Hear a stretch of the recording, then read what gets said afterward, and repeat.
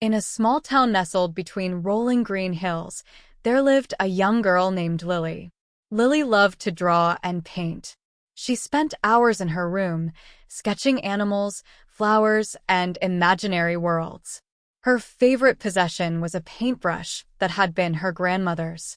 It had a sleek wooden handle and soft bristles that seemed to glide effortlessly across the paper. One rainy afternoon, as Lily sat at her desk, she noticed something peculiar about the paintbrush. It shimmered with a faint glow, as if it held a secret. Intrigued, Lily dipped it into her palette of watercolors and began to paint. She started with a simple flower, but as she painted, the flower came alive with vibrant colors and swayed gently as if caught in a breeze. Lily blinked in astonishment. Was she imagining things? She tried again, this time painting a small bird perched on a branch. To her amazement, the bird chirped and flew off the page, leaving behind a trail of shimmering feathers. Excited and a little scared, Lily experimented further. She painted a river flowing through a meadow, and suddenly, she could hear the gentle rush of water. She painted a castle atop a hill, and the air around her seemed to shimmer with magic. Word of Lily's extraordinary paintbrush spread quickly through the town. People came from far and wide to witness her paintings come to life. The town's mayor even offered her a bag of gold coins in exchange for the brush, but Lily refused. The brush was her grandmother's gift, and she knew it was meant for her. One day, a stranger arrived in town, a tall man with a dark cloak and a mysterious air. He introduced himself as Mr. Blackwell, a collector of rare and magical artifacts.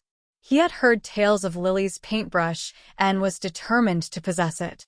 Mr. Blackwell offered Lily a handsome sum of money, but she shook her head firmly.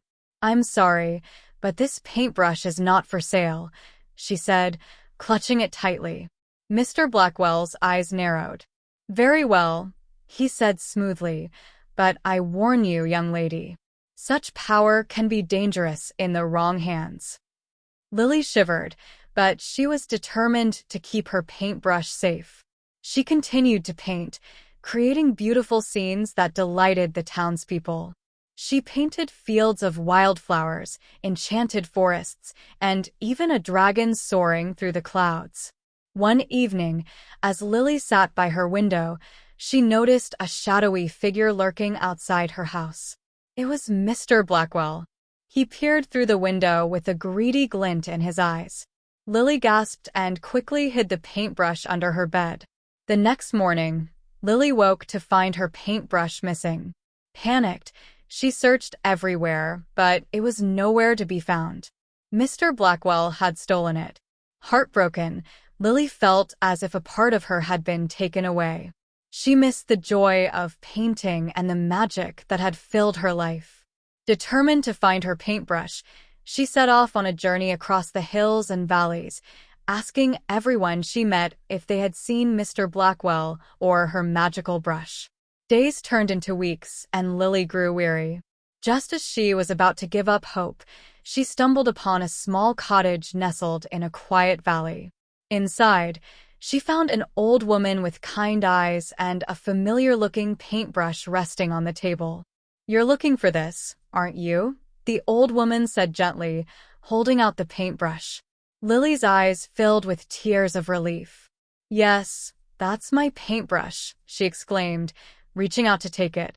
The old woman nodded knowingly. "I found it abandoned in the forest," she explained. "I knew it belonged to someone special."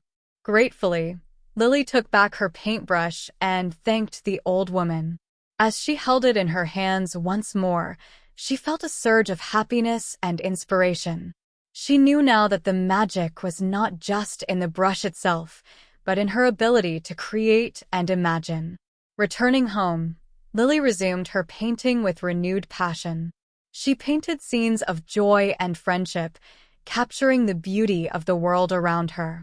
The townspeople rejoiced, and once again, Lily's paintings brought happiness and wonder to all who saw them. As for Mr. Blackwell, he was never seen in the town again. Some said he had learned his lesson about greed and the dangers of seeking power. Others believed he had vanished into the shadows, forever searching for the next elusive treasure. But for Lily, the most precious treasure was not the magic paintbrush or the fame it brought her. It was the joy of creating, the love of art, and the knowledge that she had found her true calling in life. And so, in the small town nestled between rolling green hills, Lily continued to paint her dreams, knowing that with each brushstroke, she was sharing a little piece of magic with the world.